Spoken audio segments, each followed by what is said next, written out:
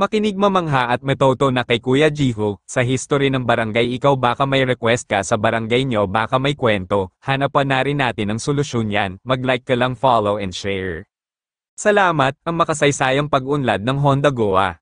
Ang Honda Goa ay isang nayon na nasasakupan ng Lopez lalawigan ng Quezon.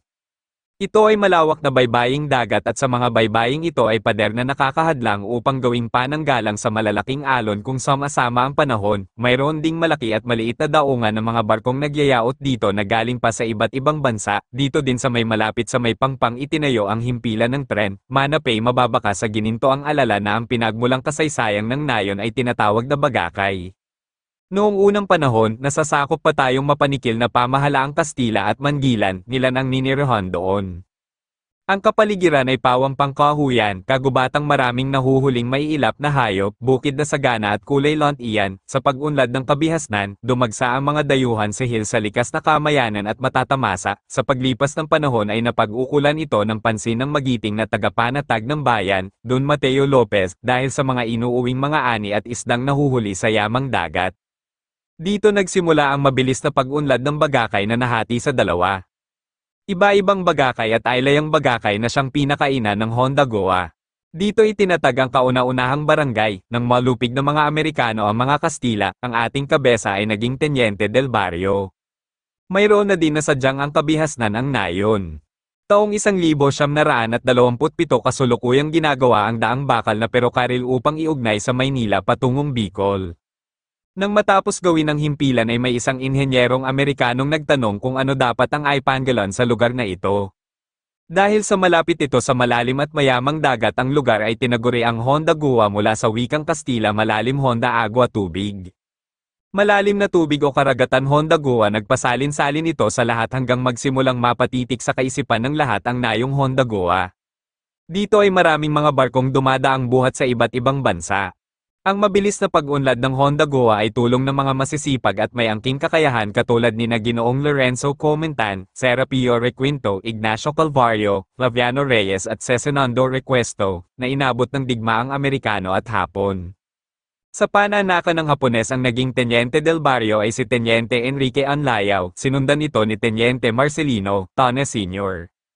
May malaking pinagbago ang nayon ng Honda Goa, taong 1961, ikalabinsyam ng Setyembre nang bigyang biyaya ang mga taga-nayon sa araw na ito itinayo ang isa sa pinakamalaking Philippine flour mills. Ang mga taong pinagkakautangan ng pagkakatatag ng pabrikang ito ay si Jijun Puyat sa tulong ng kanyang mga kasamahan na nag-aakon ng pambihirang kakayahan. Jigo Chanco, Inhenyero Malaka at Foreman Sambilay. Sa pagkakaroon ng pagawaan ay umakit dito ng pansin sa mga karatig purok at lalong dumami ang mga barkong nagyayaot dito sa magandang puok ng Honda Goa. Malugod naman silang tinatanggap ng mga taga-nayon dahil sa mabuti nilang pakikitungo. Ang pabrikang ito ng harina ay isa sa kalutasan ng isang salot ng lipunan, ang kawalan ng hanap buhay at higit sa lahat ay nakakapagdulot pa ito ng mga kaalaman sa tao kung paanong ang trigang nangangailangan sa ibang bansa ay nagiging harina. Nararamdaman din ng mga taga-nayon ang kaunting krisis sa pamumuhay dahil sa pagtaas ng mga bilihin at pagsasalat ng pagkain, ngunit madali itong nalunasan sa pagkakaroon ng proyekto bilang pagsunod sa ginang ng bansa. Sa pagtutulungan ng mga guro pamunuang nayon sa pangunguna ng magiting na kapitan ng nayon at pamunuan ang bawat purok ay muling nagkulay rosas at lant iyan ang kapaligiran tanda ng kasaganaan. Sa ngayon ay matatawag din nating Honda Goa ay mabait, masaykay at matalinong anak ng kanyang inang bayan, isang anak na nagsisikap umunlad upang sa gayon ay maipagmalaki siya ng kanyang inang gayjang sumasabaybay.